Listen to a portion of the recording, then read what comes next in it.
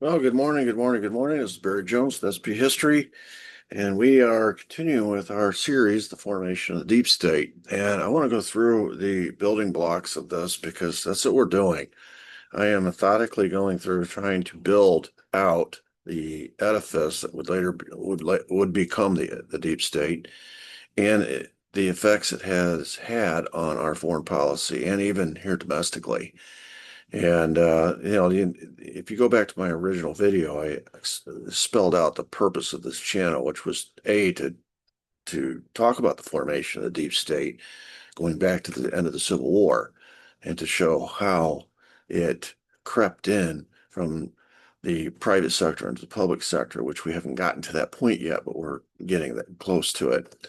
And then we were going to talk about that moment in time where it crossed over from these robber barons acting treacherously against the American people and the interests of the public into treason against the United States of America itself. So from treachery to treason, and then the creation of a template going forward, a repeatable pattern, something that can be reproduced easily, a method that will be uh, it will be done over and over and over again going forward into the 20th century. So those are the three sort of objectives of this channel. And of course, in the formation of the deep state, we started with the rise of corporations after the Civil War. Specifically, coinciding with that was the passage of the Ultra Vires Act, which gave license to the CEOs and the managers and the owners of these corporations to pursue without any worries about public interest, but to pursue only their first and only goal, which was to maximize profits. Public interest be damned. In fact, they could be fired if they considered public interest. So it was all about profit, profit, profit. And why are we surprised capitalism runs amok when that is your number one marching order? And then number two, you are excused or immunized from any culpability, any liability, whether it be assets, whether it be criminal liability, civil liability, personally and corporately. You could hide your assets, you could hide your incomes, you didn't have to pay taxes. And so why are we surprised when these owners, these corporations begin behaving badly? They were told to behave badly, and then they were immunized from any consequences. The Now, as long as this stayed in the private sector, then people felt like, well, at least the government's looking out for us. The real danger is if this ultra virus mindset ever makes it into the public sector. We're getting close to that taking place. The counteract to this ultra vires rise of corporations robber baron movement was the Chautauqua movement. We did a dedicated entire episode to the Chautauqua movement, which was an effort started by the Methodist Church to counteract all the messaging that was coming out of corporate America with a message about the public, and basically it's rooted in the golden rule, right? And it had a huge influence in the country, and it all culminates in the election of 1900 when you have millions and millions of Americans have gone through the Chautauqua movement, all this training, uh, up to and including even public school teachers who taught students in the class. Well, we didn't have public schools yet, but school teachers who taught history in the classroom or social studies, Methodist Sunday school teachers, anybody who taught Sunday school. So millions of people are being educated in a counter message to this ultra vires rise of corporations robber baron movement. So we have, in essence, a divide in our country between those who are on the side of the robber barons, or sometimes referred to as the captains of industry. I call them the deep state, uh, and those that are progressive, which is what the Chicago movement birthed, the progressive movement. And it's all going to culminate in the election of 1900. Are we going to go back to our isolation, to our past, where uh, you know we treat people the way we want to be treated, or are we going to bless this new movement, this rise of corporations, ultravires, and this desire for overseas territory? Now, in this time when this battle's been going on in America, we had a little situation, a little dust up in Hawaii, and it was all over sugarcane. And these robber barons wanted access to more and more sugarcane for less and less cost. Queen Lily was a problem. So they called on their friends that they'd given campaign donations to all these politicians in Washington. So they called on them. They said, we need the Marines to go in and get rid of Queen Lily, and this will free up Hawaii. We can annex it, become a part of our country, part of a state eventually. And boy, now the production costs, everything goes way down because it's in-house. We control Hawaii. We don't have to pay tribute to Queen Lily and the Hawaiian government anymore. It's ours. So that's exactly what we did. And now they're looking south and saying we could do the same thing in Cuba. And this becomes the sort of the undergirdings of a propaganda campaign where again these power elites called on their friends in the press who exercise what we call yellow press. It's basically propaganda to uh, demonize the Spanish because Cuba was a Spanish colony, and to create a growing sense amongst the American people that something was going to have to be done about Spain. Here we have a neighbor to our south, 90 miles off our coast. They're being terribly mistreated by the Spanish. They're colonial overlords, and we need to do something about it. It was just a drumbeat day after day, pictures on the front pages, stories, concentration camps, abuse, atrocities, on and it went. And they were priming that pump. And then at just the right time, that same yellow press published what most people believe is a fake letter from the Spanish ambassador, claiming that the American president, McKinley, was a, quote, weak and stupid politician. And this got jingoism. The Americans all inflamed about, we can insult our president, but from somebody from the outside can't. Of course, it was the Spanish ambassador. So here's strike two, right? Strike one was the yellow press and propaganda. Strike two is this letter. And then strike three was the false flag attack, where we sent our ship into harm's way and blew up our own ship, killed 266 of our own servicemen, and blamed it on Spain. So by this point, the American people have been worked up into a lather, and now they're supportive of our first foreign war. And so we go into this war. It turns out to be what we call a splendid little war, right? We lose very few people. It's a very quick war. And the result of it is we get all these goodies. We get all these Spanish colonies. We get Cuba. It's not ours. We can't annex it like we did Hawaii, but we essentially control it. It's within our sphere of influence. We're going to dictate all the terms going forward. We got the Philippines. We're going to put naval bases on both the Cuba and the Philippines. And we got Guam, we got Puerto Rico, we got Wake Island, we got all these goodies. And about at that same time, we've been negotiating to open trade relations with China. It's called the open door policy. And because we now have a naval presence in the Philippines, that part of the world, the other countries that had been dominating in China now are on alert that the Americans have arrived. And the Americans have a navy superior to most of these other countries. And so they have the ultimate hammer. And so all of a sudden, this whole desire to expand and create an empire is what we call imperialism. This is part of the desire of these power elites. They say, hey, to be a powerful country, we need to create an empire like all these other countries have done. We need access to raw materials. We need access to markets. We're making so much stuff here in America, and these big corporations. We need access to markets. Other people, foreign people, will buy our products. Otherwise, the demand will go down, the price will go down. We won't make as much money. Remember, it's all about maximizing profits. So we got to get the resources, the raw materials. We got to get the markets. We got to get territories. We've run out of territory. We've filled up our country from sea to shining sea. We need a release valve. Some foreign territory. We also need territory to build military bases on, because if we're going to create an empire, we're going to have to maintain an empire and control it. And we're going to have the military do that. And then lastly, it's all about social Darwinism. You either gobble up this territory and create an empire, or somebody else is going to. At some point in extrapolate it out far enough in this competitive world that we're in, it's kill or be killed. It's take or be taken. It's target or be targeted, right? And at some point we'll become the target if we don't create an empire. So It's social Darwinism, and we don't care about the people. We've already stipulated ultra vires, the public interest doesn't matter. We've divided the world into fit and unfit. We've divided our country into fit and unfit. That's how the corporate owners excuse their behavior, rationalize what they're doing. We're the fit. All these workers are the unfit. We deserve to prosper, and they deserve to be the workers to make us prosper. Well, you can take that same philosophy and apply it to the world. White people, the Western Europeans, whatever, we're the fit, and everybody else, all these indigenous peoples are the unfit. And it doesn't matter how we treat them. They should be grateful that we're helping them, right? So when we offer to help the Philippines in their revolution against Spain, they should be grateful.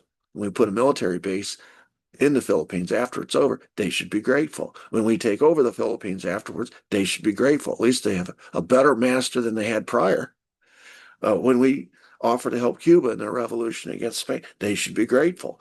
When we offer to put a military base on Guantanamo, they should be grateful, defend them against future aggression, other Spains down the road, right? And we don't ask their permission, we just do these things because we're the fit. So that all culminates this in the election of 1900, the American people who don't realize they've been propagandized into the Spanish-American War. They don't realize that treason was committed against them and against the American people in the false flag attack, which we thought Spain conducted. Turns out we did it. We don't find that out for another century almost. And so they're operating under false pretenses that we did something good for the world. We went over and kicked Spain's butt. We took their possessions, they took their colonies, and now we're going to give these people a better life. And at the same process, same time, we're going to get all these resources. We're going to get all these new markets, all this new territory. We're going to put military bases around the world. Because we have the Philippines, we can now monitor the Far East, which means gives us access to China. And my God, that's the biggest boondoggle of all. And because we have a military base in Guantanamo, we can monitor Latin America. We have all these new spheres of influence. It's win, win, win, win, win, win, win. So the American people go to the polls, and they have a chance in 1900 to say, are we going back? Or are we going to continue on this new direction? Our past is an isolationist past. We hung to ourselves. We operated on the Monroe Doctrine.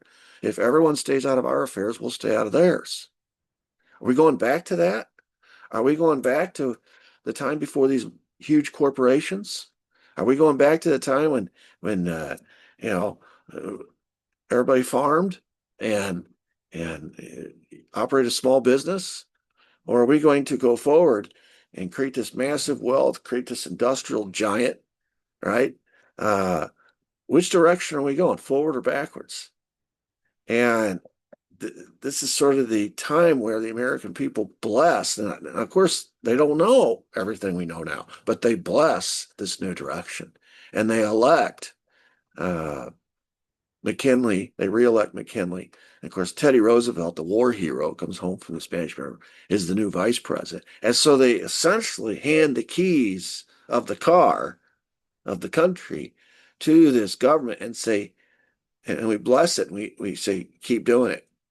This imperialism, the rise of corporations, all this stuff, keep doing what you're doing. We bless this. And so that's the first moment where the American people have a chance to decide at the polls, do we like this new direction or don't we? Now, it's interesting that after McKinley gets assassinated, uh, Teddy becomes the new president, and he adopts a lot of these progressive ideas, specifically with regards to the corporations and these robber barons.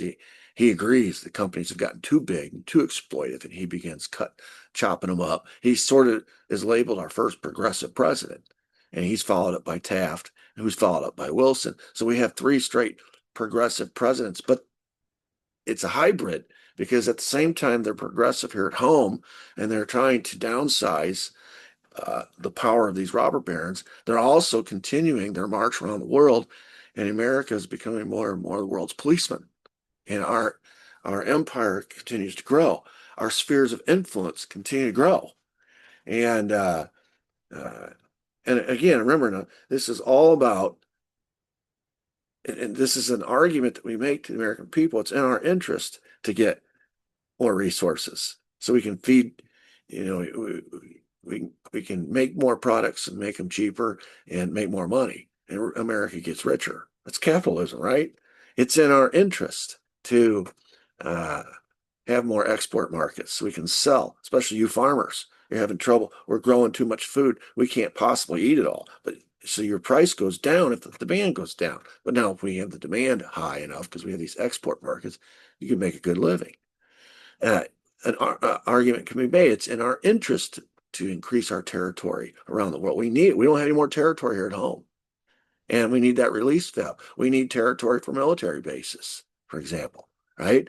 Uh, to keep a lid on all these foreign empires and spheres of influence. And lastly, the social Darwinism excused all of it. After all, we're the most fit. If we don't do it, somebody else will. And if that's the way it's presented to the American people, they're going to say they're going to give their permission. And after we have a long history of that, right? If we don't take the West, the Indians will continue to have it. And so we took the West. So why would we act any differently when it comes to indigenous peoples around the world or other countries around the world? It wasn't even a consideration. So uh, going forward, that's the dichotomy. We kind of have for the next three presidents, we have a split. Uh, they're they're acting progressive here at home to a large degree. We've kind of swung in that direction. The corporations grew so fast, the robber baron movement grew so fast that people felt exploited, taken advantage of. Laws were written to benefit the robber baron class. You couldn't quit your job if you owed money to the company. You'd be a fugitive from justice. Your debt passed down to your kids.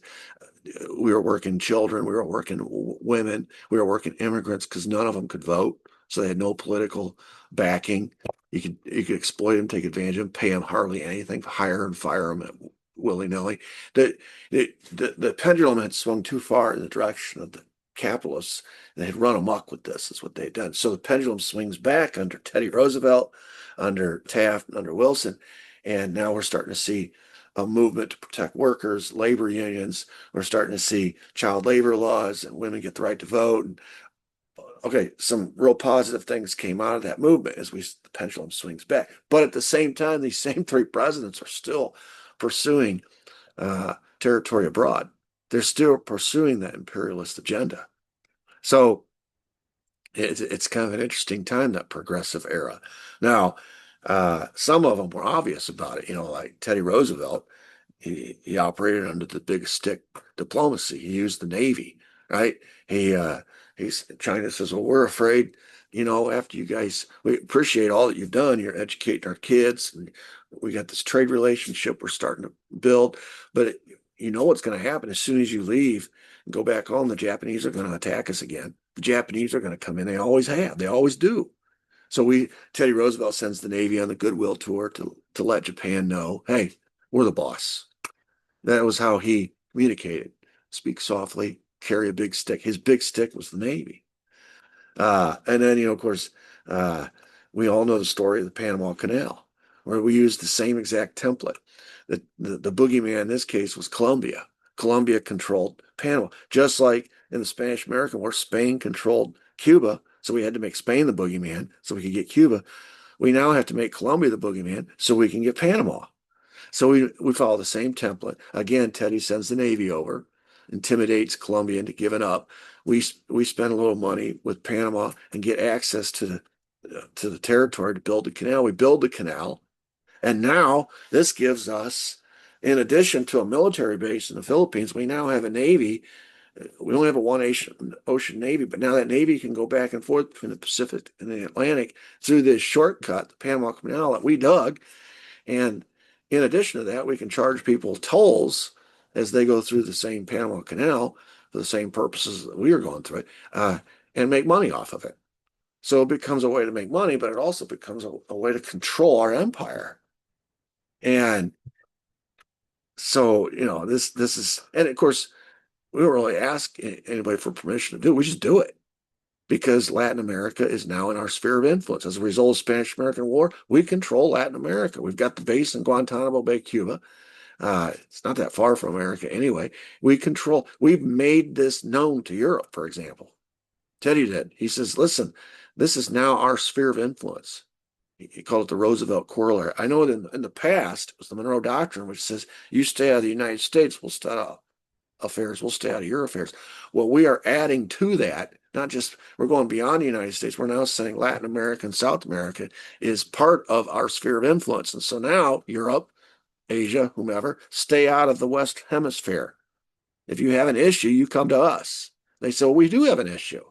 They owe us money. Latin America has debt to Europe. So well, we'll pay it. And we became Latin America's sugar daddy. And of course, with that comes, we're doing them a favor, even though they didn't ask us to. Now they owe us.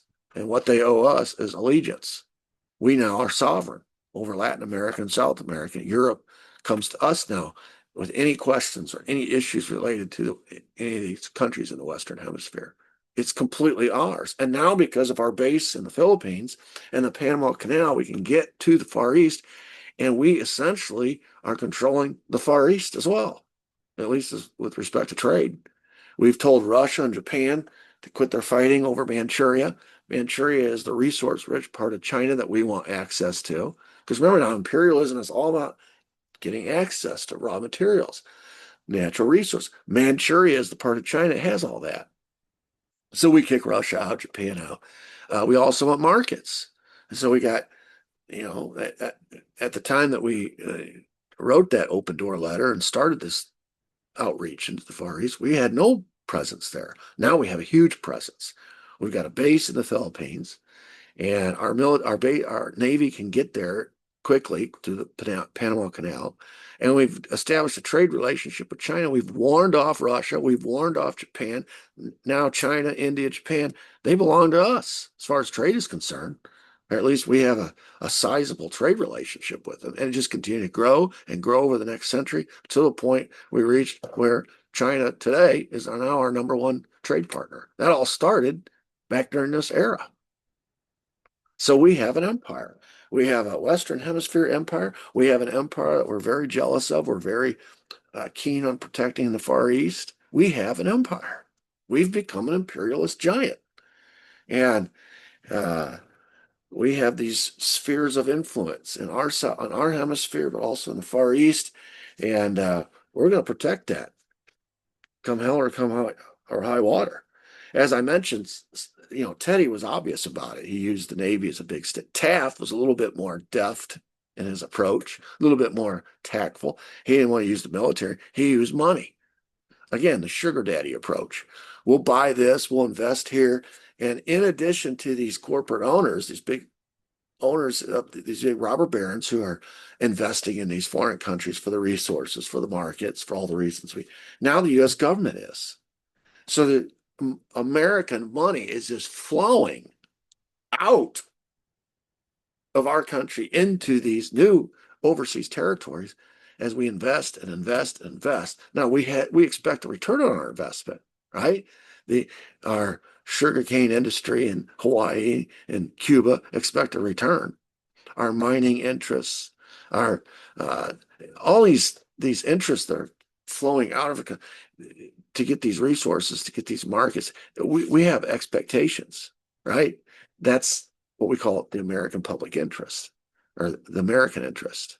And so if need be, we use the military as a hammer to protect those interests. So all of a sudden, we've gone from being an isolationist country that stays out of everybody else's affairs. And from basically the beginning of our country, 1789-ish, to the late 1800s, we've not fought any foreign wars. Now, all of a sudden, we've fought the Spanish-American War. And right on the heels of that, here comes the third president, Wilson, who says, well, now, I'm not going to do any of that. I'm not going to try to use the military as a hammer. I'm not going to use money to try to sweeten, the pot. I'm not going to try to use money as a cudgel, a leverage instrument. Those are immoral. I'm going to use moral diplomacy. It's interesting. Politically, that was a stupid move on his part to broadcast to the world, basically to give away the game. I won't resort to the military. That's not a tool in my tool chest. I won't resort to buying or using money. That's not also not a tool in my tool chest. I'm just going to use words, and we're high sounding theory, and we're going to try to treat everybody equal, and we're going to call this a new day in America, moral diplomacy. Isn't it interesting that leaders who come along and say they're not going to resort, and they criticize their predecessors for doing that, they're the ones who end up having to do it. You know, isn't it ironic that Teddy, who had the reputation of being a bully, who had the reputation of using the military at the drop of a hat, never did have to use the military. He just threatened it, right?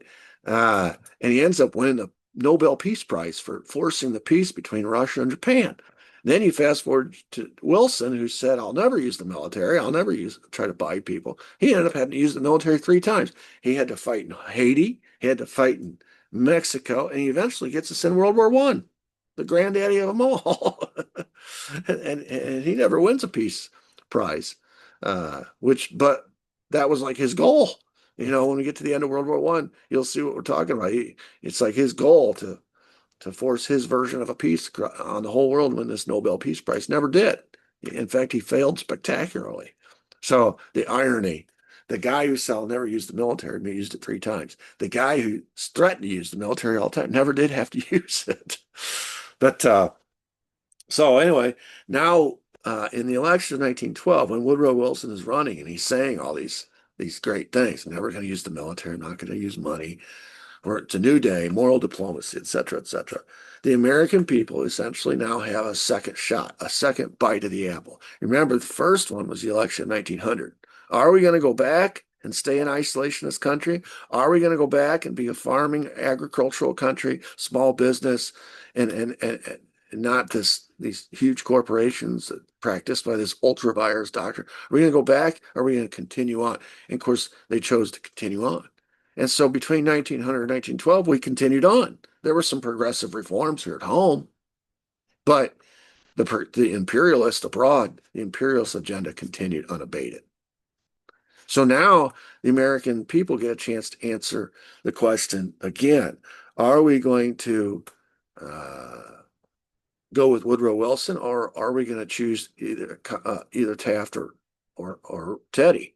There was a split in the Republican parties. It was a 3-person race. And by a narrow margin, they chose Wilson. So it looked like the American people had said, we like the progressive direction we've gone here at home. We don't like the imperialist direction we've gone abroad. We've gone too far. And so it looks like the pendulum's swinging back, and we're going to go back to the way we were.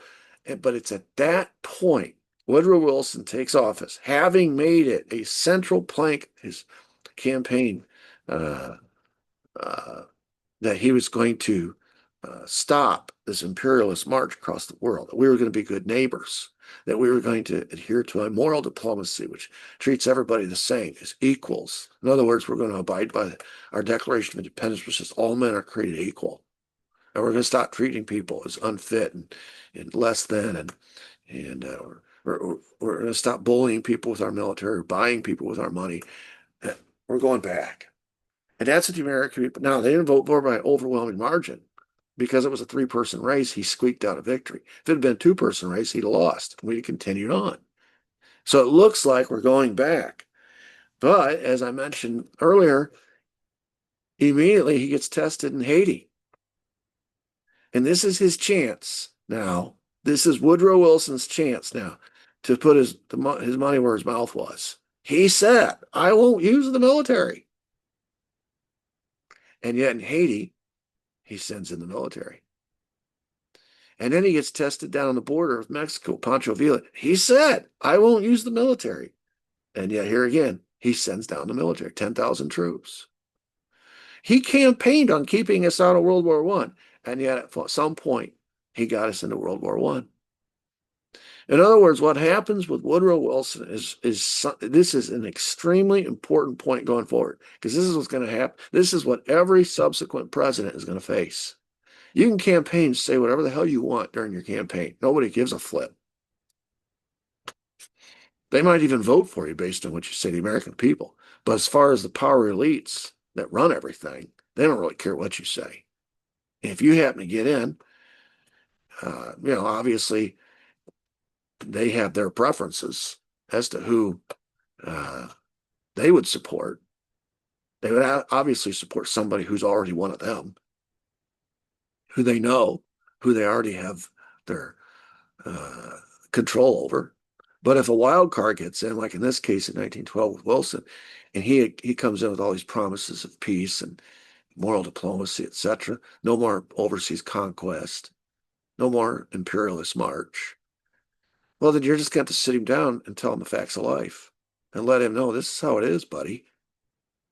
You didn't accumulate all this territory. You didn't create the scenario that you've inherited, but you've inherited it nonetheless. And we're not going back. You're not giving up. Suppose a rebellion arises in the Philippines. Well, that's our territory. You're going to send the military and you're going to defend it. What if something happens in Cuba? That's in our sphere of influence. You're not going to just let Cuba go. What if, and so what these presidents discovered subsequent is that their hands are tied. And Wilson, who made a big deal about campaigning against military intervention, ends up having to intervene with the military 3 times and gets us involved in our first big world war, which is what we're going to talk about today, is how that war came about. And hopefully you recognize everything we've been leading up to it's all leading to this moment. These power elites that have created this new direction we're going in, all this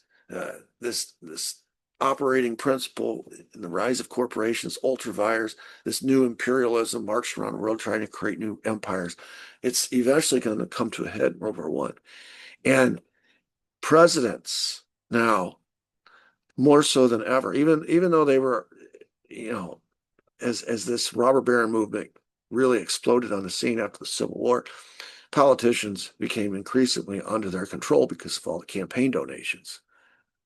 But now it's even more than that. It's all of the territory. It's all of the so-called progress that has been made in creating this empire. They can't go back on it. They have to defend it now. Otherwise, it's treason. They'll be impeached, kicked out of office, or worse. We're going to see that too. They have their methods. They can impeach you. They can also assassinate you if you become that big of a problem. So the tail is now wagging the dog. The tail is this empire these power elites have created that presidents now have to even defend, even if they don't want to. And so this is why I say, what I'm trying to demonstrate or illustrate is how the power elites actually have more power and they're unaccountable. They weren't elected to anything. They're behind the scenes like Geppetto pulling strings, and they're telling these politicians what they're going to do and how they're going to do it and when they're going to do it and for how long they're going to do it. And it's your job, politician. You're the one who has to get votes. It's your job to go out and explain it to the American people. We're just telling you this is how it is. Once you understand that about Washington, you realize that the campaigns and these elections don't mean as much as we think they do, because the power elites, the unaccountable, unelected people in the shadows, the deep state, they're the ones calling the shots. They're the ones pulling the strings. These politicians are dancing for them. They're Pinocchio. They're just dancing.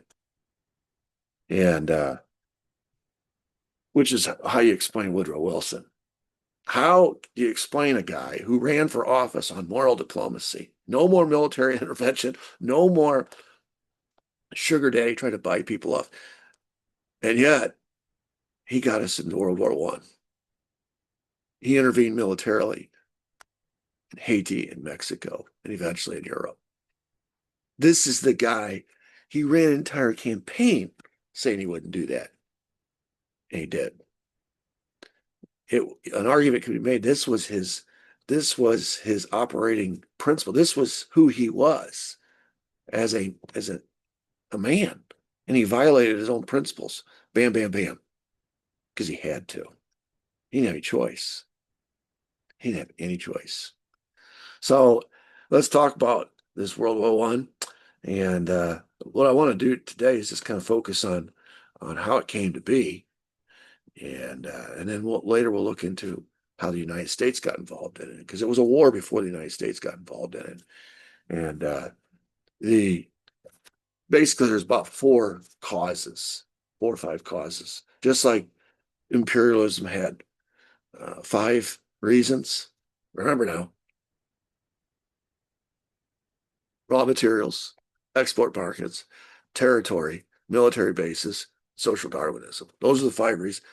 And so it's not just us. All the rest of the world's trying to create empires as well. And what I use is this map here. Let me just kind of shrink my picture here. All right, so let's put it right down here. So here's a list of imperializing countries, meaning these countries all have overseas territory of their own. So you see the British, the pink. So everything that's pink belongs to the British. You got Canada, you got Australia, you got India, some countries down here in Africa. The French, yellow, they've got over here in Africa, over here in Vietnam. Italian are kind of the greenish hue there. They've got over here off African coast, Middle East there. You've got German, which is the light blue. They've carved China up into a zone that they've exploited. The Spanish are a darker blue. You just go to orange, Portuguese. You see some of the orange here, Angola, Belgian, right there in the Congo. The Dutch have the gray, the Russian have the greens. You have Russia up here in the green, but you have, and then you have the United States, which is this pale yellow. So you have the U.S. over here, Alaska. We told the story how we got Alaska. Cuba is now in these tiny little countries out here, Puerto Rico and Guam, these islands out in the Pacific, Guam and Wake Island, etc. And you'll notice that China is not divided up into any U.S. territory, because we told them we're not trying to divide you into a zone. We just want access to your trade and access to your resources. So if you're kind of compiling a pecking order, it's appropriate that the United States is the bottom of this pecking order, because we're the last into this game. So we're playing catch up. All these other countries have beaten us to the punch. They have their empires more established by this point. We're just kind of starting. But here's the point of this. This race to imperialize is eventually, there's only so much territory out there. Eventually you're going to butt heads. Your ambition is going to butt heads with my territorial ambition. The race to expand these overseas empires for all the same reasons, the raw materials, the markets, the military bases, blah, blah, blah. It's the same. Britain's doing it for the same reason we're doing it. Portugal's doing it the same reason Russia's doing it. Everybody's doing it for the same reason. It's a rush for the haves of the world to control the have-nots. But eventually, it's like a Venn diagram. Eventually, these Venn diagrams are going to intersect. They're going to butt heads. They're going to start interfering with one another. My imperial ambitions are going to clash with your imperial ambitions. And that's going to be a problem. And because we're all racing to also build these massive militaries at the same time to protect our imperial ambitions, well, at some point, those clashes are going to become violent. And it's going to involve my military against your military. And that means war. And so you've got these imperial nations, us included, building up their land armies, their navies to protect their empire, but also serve as a dual purpose to fight an enemy who we might be clashing with over a particular territory that we both want. Or maybe they're infringing on ours or we're infringing on theirs, whichever. We're all trying to use the ultimate hammer, right? It's not just Teddy Roosevelt here at home. Everyone's doing this. This is really dangerous when you start to see military buildups like this. You don't build these militaries to parade them through town. You build these militaries to hopefully, well, hopefully, but it's just the purpose is to bully your neighbors, to intimidate your neighbors. And if you have to, you'll fight. And they don't, if you've got a big enough and a strong enough military, like Teddy says, walk softly, carry a big stick. Everyone's trying to make a bigger stick. And if you carry a big enough stick, nobody will mess with you. You can do whatever you want. But if everyone's building up, at some point, it's like a powder keg. And it's got this fuse. And if anyone ever lights this fuse, you're going to have holy hell. And especially if these my empire is allied with your empire, and which means I have to come to your defense, or you have to come to my defense. If you have these alliances happen, it could pretty quickly spiral out of control. It's not just nation one versus nation two. It might be empire one, which includes 10 countries, against empire two, which includes 10 countries, and voila, you've got a world war. So you see where this is headed? The hyper nationalism, which you could, another way to talk about it is social Darwinism. We're not the only ones who practice this. There's a nice, a different name for it is nationalism. When you elevate your country above everybody else's, say we're the fit, we're better than, right? They're the unfit, and you combine that with this big military that you've built and this idea that we have this competitive race going on between us and everybody else for these overseas empires. We're better than them, so that we deserve it. We have this inborn idea that we deserve it. And if we have to fight for it, we will, because it's competitive. It's survival of the fittest. And if we don't take it, then if we don't fight them and defeat them, they're going to fight us and defeat us. And so this nationalism is combining with this hyper, well, it's probably not the word I want to use. It's this desire, especially in Europe, for ethnic purity. This is something that goes back in Europe. In Europe, you can go to 10 countries in one day, right? They're all little countries crammed in. You got all these different ethnic groups mixing and matching with each other. And as when nationalism runs amok, just like if capitalism runs amok, it's bad.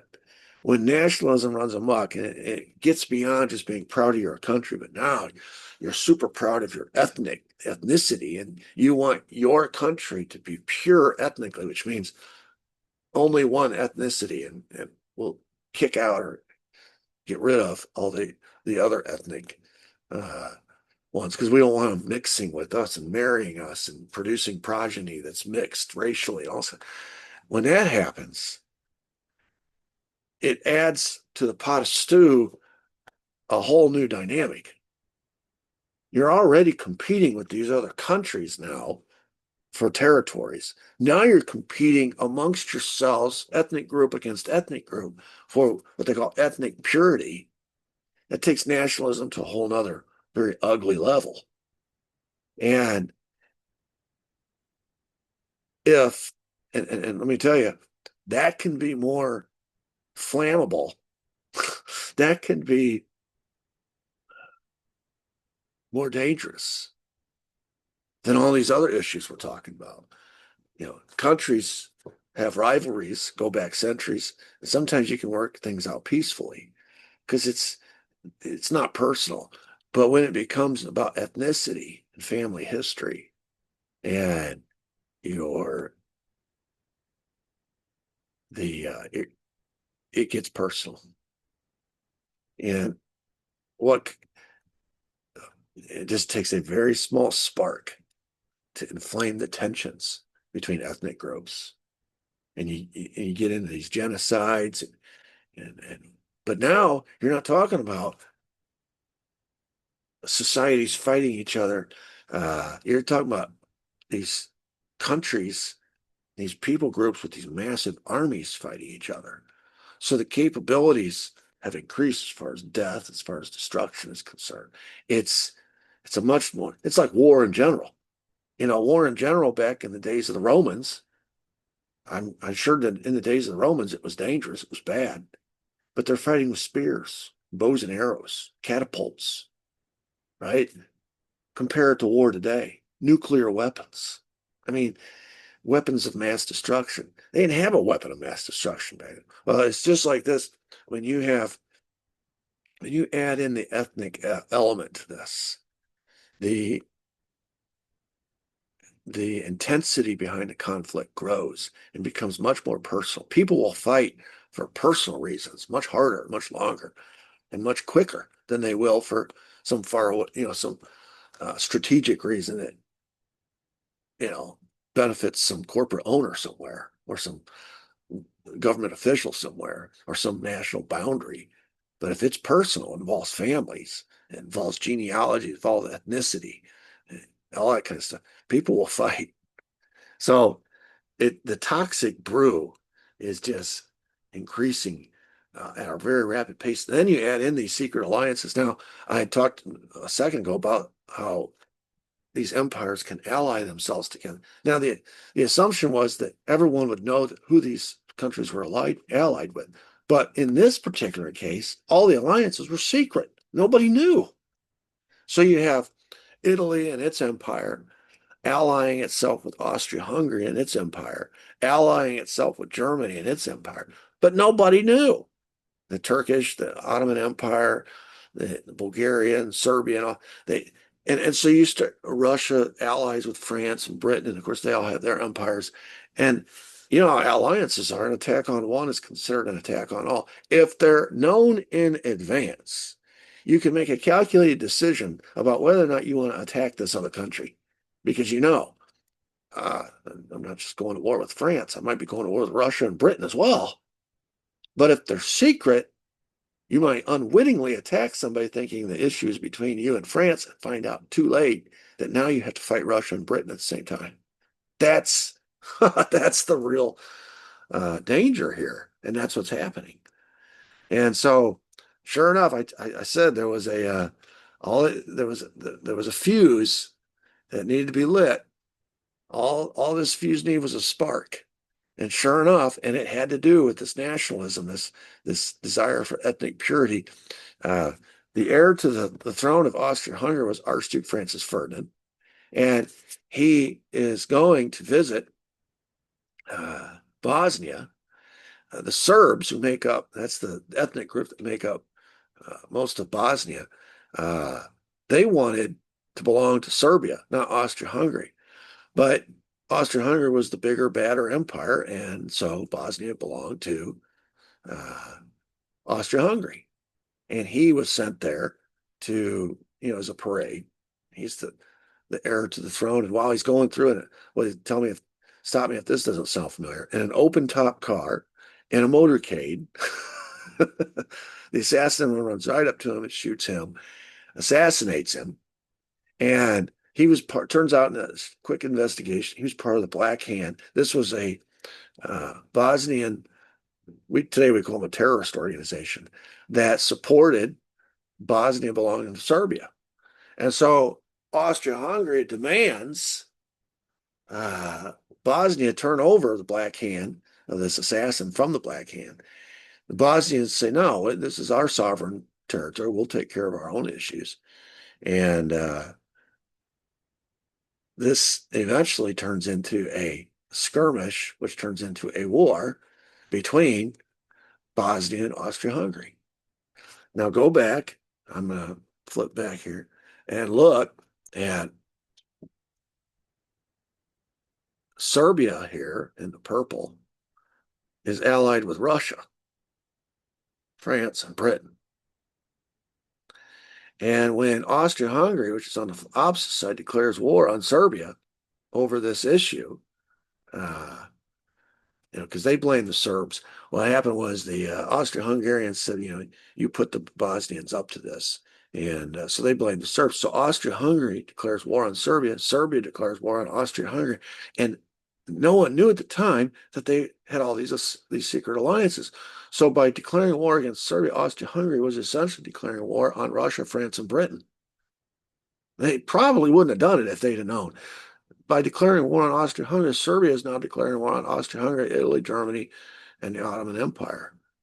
And instantly, almost overnight, we have a chain reaction take place in Europe when these alliances kick in, where it's like the domino theory, where instead of it being a conflict between two relatively small, insignificant countries, it brings in all these allies, and we now have a European war, a continental war. It's not a world war yet because the U.S. isn't it, but it's pretty close. Austria-Hungary declares war in retaliation for Francis Ferdinand being killed. Germany allies with Austria-Hungary. So Russia jumps in to help Serbia. France jumps in to help Russia, which is helping Serbia. Great Britain jumps in to help France and Russia. And we have ourselves a European war. So at the beginning, the sides are drawn. And here you have on the Allied side, you got Serbia, Russia, France, Great Britain. Central powers, you got Austria-Hungary, Germany, and Italy. Now I've highlighted Russia and Italy. You may wonder why. Russia will end up dropping out of World War I before it ends. Italy will end up switching sides. So these sides won't stay exactly the same. But this is how it is at the beginning. Now, this is not the point of this channel is not to talk about World War I. The point is to show you how we got there and how these power elites pushed, these power elites exist in other countries as well, not just America. Pushing, but specifically related to America, they've pushed us into this place where now, in the past, this war would not have been any of our business. Let the Europeans fight to their heart content. We're not involved. We're isolation. We stay out of their affairs. There have been in the 100 years that we operate as an isolationist country, there are all kinds of wars in Europe. We stayed out of them. We started with the French Revolution. When John Adams says, we ain't getting involved in your civil war, which is what it really was. We're not getting involved. We're not taking a side. We're staying out of it. They weren't happy with us, but we did it. For 100 years, we stayed out of everybody's problems. Now, all of a sudden, we are going to get sucked into this steady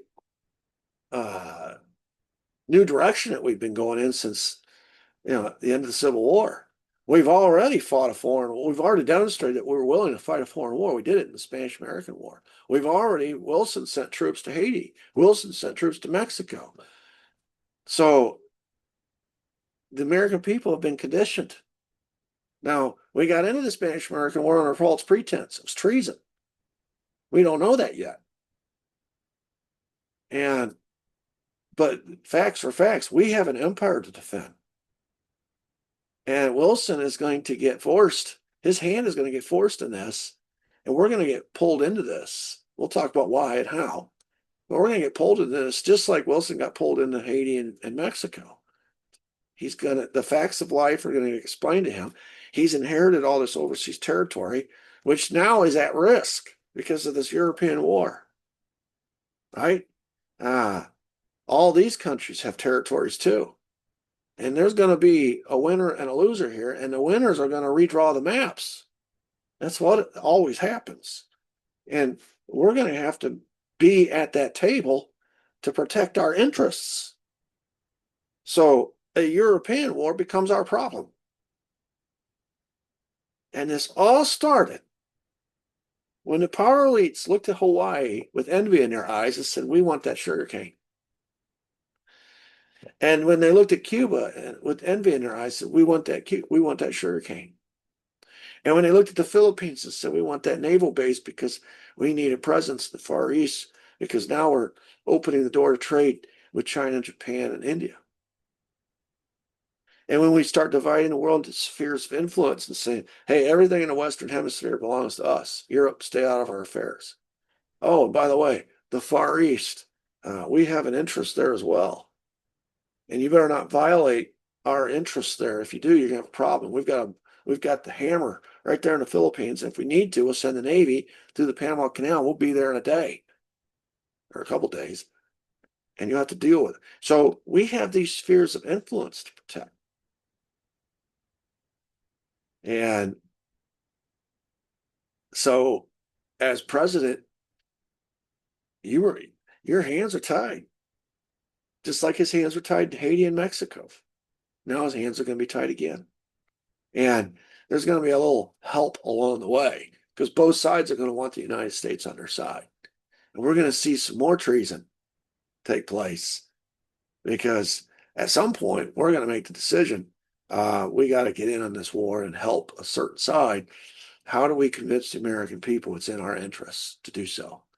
And that template that got us in the Spanish-American War is going to be handy. We're going to refer back to it. We're going to say, hey, it worked then. Why wouldn't it work now? What was it that worked then? It was a letter, a fake, it was propaganda. It was a fake letter. It was a ship that we sunk, a false flag. We might do the same thing again, the exact same thing again, and hurry this up and get us involved in the war before the war is over and we lose, or the side that we are rooting for loses. Because there was a real, when Russia drops out of the Allied side, there was a real concern that the Allies were going to lose. And I think they would have lost if the United States hadn't joined the Allied side about the same time Russia dropped out. That was not coincidental, by the way, that timing. So, but we're going to have to prime that pump again. That old method, that process by which we got into Spanish-American War, we're going to have to dust it off, bring it out. It's worked before. Let's try it again, see if it works again. And at the end, when we're doing the peace thing, we might can get some goodies out of it if we're on the winning side.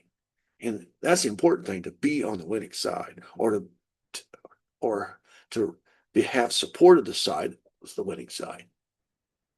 So presidents don't have as much autonomy as we think they do, as much freedom to make the decision. They campaign on one thing. When they get in the office, they find out what's really up, and they're informed in no uncertain terms. These are our interests. First and foremost, you will protect those interests.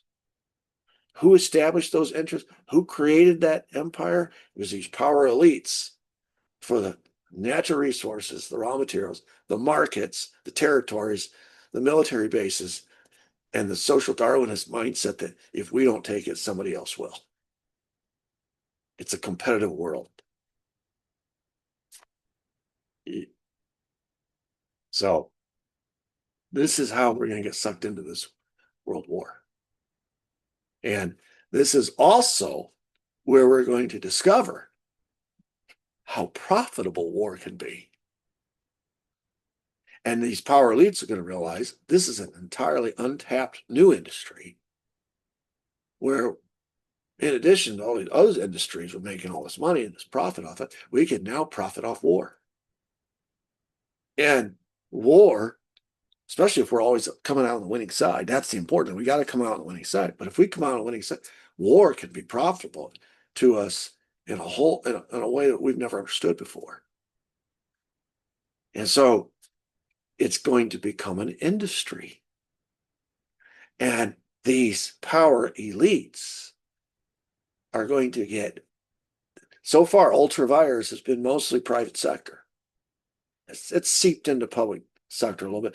But as a result of World War I, especially World War II, Ultra Vires is now going to be, these power elites are going to be invited in to the public sector. They're going to bring with them Ultra Vires. And now our government is going to operate the same way these corporations have been operating. It's the corporatization of America, whereby it's now about, just like the private sector companies, maximizing profits, public interest be damned, immunize yourself and your corporation from any liability.